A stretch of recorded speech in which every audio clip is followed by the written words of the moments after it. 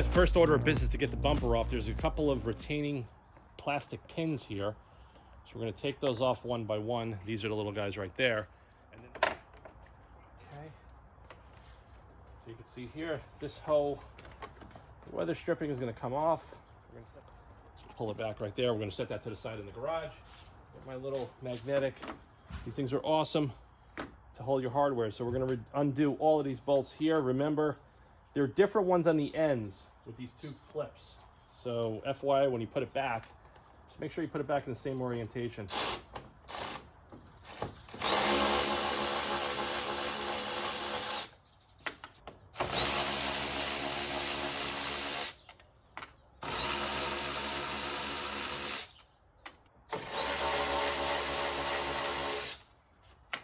So in this bumper, you can see it here, it's going to release from these clips right on the top, just like that.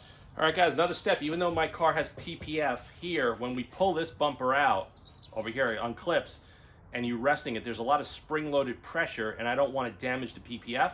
So we're going to want to put some painter's tape all along here. And I like to put 2 layers. And then when I take it off, you'll see I'm going to put some microfiber towels resting underneath there so we don't have any issues. So you're always going to want to protect both sides.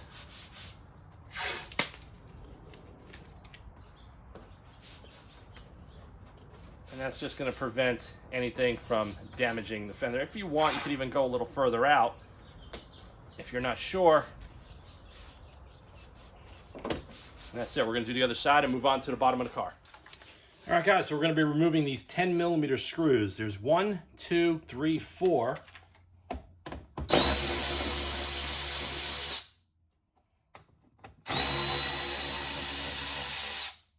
This one's not mandatory, but I just don't want to put a lot of tension pulling this back. Okay,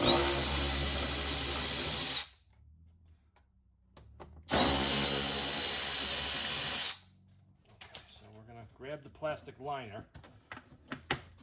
There's a lot of gravel. You're going to pull the liner out the best you can. Now we have access. There's 2 8mm screws, one here and one here. I'm going to try to get closer with the camera and I'll show you guys. I'm just using a flexible nut driver with an 8mm attached. You kind of could see it right here. It's a self-tapping type screw. So you see that right there? So there's 2 of these. There's one on the front of that bracket and one on the back we're going to remove, and then we're going to release the bumper from the fender. All right, guys, so once you get those 2 8mm out, you're going to come over here and you're going to pull it like that. Be careful. And we're just going to take our microfiber towel. We're just going to rest it like that. So both sides are done. We're over on the passenger side. I just want to show you the location of the electrical connector on my particular car. So this is it here. You have a little white safety tab. You got to pull that up, and this releases, and this clip goes in right up here. Can you guys see that? Hold on, let me just pull this back. It goes in right there. Now, some cars, depending on the options, they're going to have 2 smaller clips here and here, but every car is going to be a little bit different, FYI. So I just wanted to show you, there's no other harnesses that I could see. Oh, maybe this one here. Hold on. I'm trying to see. This is what kind of scent? This is some sort of a, there we go. Got another one over there, but I don't see anything else. I don't see any other sensors on this side. So this harness is going to be attached to the bumper, and we'll show you that as well when the bumper comes off. All right, guys, we're under the car. So we're going to be removing all these 10mm going all the way across the bottom. This also holds in my front carbon fiber spoiler. You're not going to want to go back here.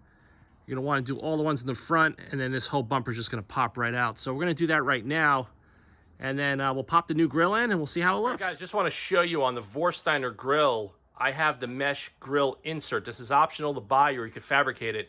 And you can see here, they're all bonded in. You have to bond them to the grill and give it several hours, and then it's going to become a structural part of it. But to be honest with you, I definitely think it's worth doing. I mean, this thing is so big. Just because it'll stop getting leaves and stuff caught in there. And you can see it actually aesthetically does look better. So like I said, we're just want to show you guys the Vorsteiner gloss black. I didn't want to do the carbon. The gloss black grill with the inserts rigidly bonded to the grill as shown. This thing is massive. I can't even believe it's got this big lip over here. And it's pretty heavy too. So we're gonna pull the bumper off the car. I'm gonna show you guys how we're gonna do that and pop the grill in, and we'll get some beauty shots. We'll see how this thing looks in the car. It's gonna be a different look. Is it gonna be the best or my favorite look? Probably not, but we're testing it out. We're gonna try it out and see what you guys think. Panel removal tool.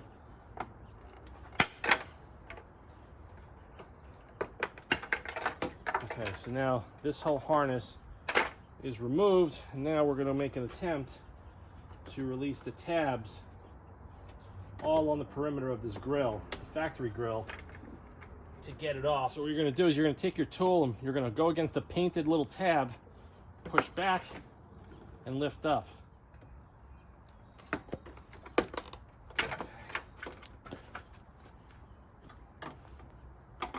All right, guys, the Vorsteiner grill is fully mounted and secure. Just want to show you guys, when you take these sensors out, make sure that the orientation is like factory and you don't mix them up. Also, the factory piece had a lip on the inside where these slide onto. So what I did is I took some adhesive little components here with cable ties, and we tied everything across, and everything looks good. So we're gonna get it fitted on the car, and we're gonna see how this thing changes the look of the front end of the G80. Stay tuned.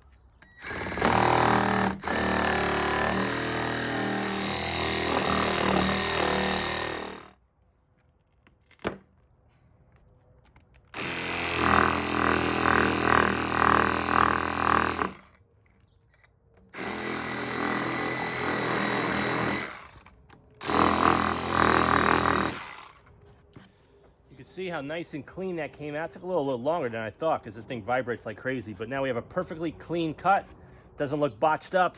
Definitely use a power tool to do this job. And I used a metal cutting blade, a fine cut blade, so it doesn't like chew it all up and screw it all up and make it look nasty. So just wanted to show you guys, that's what you're gonna have to do. You're gonna have to make 2 relief cuts to do the Vorsteiner grill on the G80. All right, guys, Vorsteiner grill's on the car, and it's definitely a new look, and I actually do like it. It definitely makes it look a little bit more aggressive than the OEM grill. Also, FYI, for anybody considering this grill, you have to do it with the mesh for multiple reasons. Number one, it just closes off all the inside area. It also stops all the leaves. The factory grill gets leaves. I had to get 2 handfuls of leaves on the left and 2 on the right pulled out of there. So it's gonna keep all of that debris out of there. It's also gonna probably protect any of the coolers from any rocks or any stuff that you might hit on the road. But I don't know, what do you guys think of it so far? I decided on the gloss black because I didn't want to do the carbon. I was just afraid if it's going to turn green. And I do like the black and carbon accents throughout my particular car. That's kind of like the look I was going for with my car. But the bumper does not fit back onto the car as easily as it does with the OEM grill. I don't know what was going on, but I was really struggling with this. It took me about 2.5 hours to do the job start to finish. And also I showed you in the video how to bond the grills to the backside. I used some 3M dual mix auto body adhesive on that. But overall, I mean, if you look at it, it definitely changes the look of the car. It's definitely more aggressive.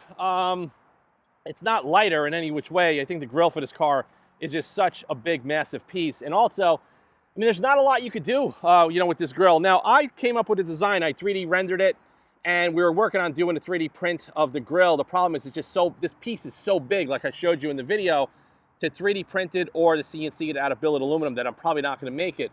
So on my grill design, I didn't have this area open. I have slats going here, but it's a little bit of a different slat. And then I left the bottom open. So I did a little bit differently. And I also made my grill in the design come out a little bit more to the leading edge. You can kind of see here how this grill is recessed back versus the OEM. I'm going to grab the OEM grill because I have it in the trunk just to show you for comparison reasons. And we can see here, oh, this thing, okay, there's the OEM grill. This thing is freaking heavy. It feels like it's 15 pounds. I don't know. Now that I have it in my hand, I just can't stand the way this looks. Okay, so that's the original. That's the Vorsteiner gloss black. So it's definitely an improvement. The thing that bothered me with the original, a couple of things that bothered me with this, are the way that they put these 2 slats on the matte black here. I think they should have just left this alone and left it flat, kind of like the way they did there. And also the way these slats bulge out, they protrude out from the car, and I think aesthetically it just doesn't look right.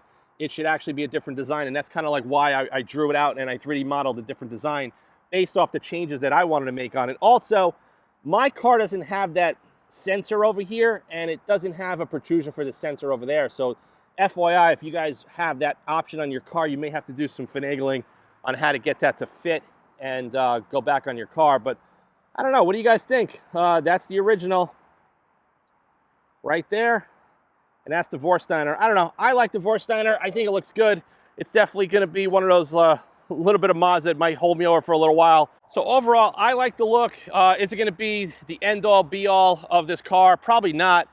The reason I did it today is because I needed to take the OEM grill and I got to send it to a guy that I'm working with who's going to 3D scan it, because we got the mounting points a little bit crooked on a used grill that I bought off eBay a couple of months back. So this might push me to come out with the Autofanatic custom grill. We'll see what's going to go on with that. I don't really know.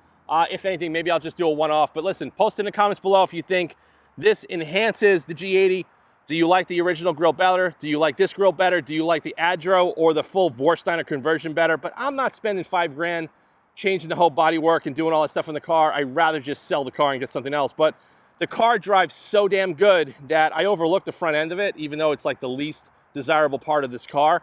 But if you drove my car the way it's set up with the exhaust, the shifter, the suspension, the brakes, everything, this car is so damn good. It's just unbelievable how good this car really is. This is probably the best high-performance, all-around usable car that you could drive daily on the market today that you're going to get in this segment. All right, guys, that's it for this video. So like I said, if you guys haven't subscribed to the channel, please subscribe. If you guys want to see more G80 content, send me an email or post in the comments below as far as what you want to see. The next videos we're going to be doing on the car, probably do some detailing videos, and we're also going to be doing some drive videos. So I don't know, let me know what you guys think of the new Vorsteiner grill on my particular car. I actually like it. It's going to hold me over for now, and I definitely think it gives it a much more masculine, modern improvement over what was there with the two snouts. But post in the comments below. I'll see you guys in the next one soon.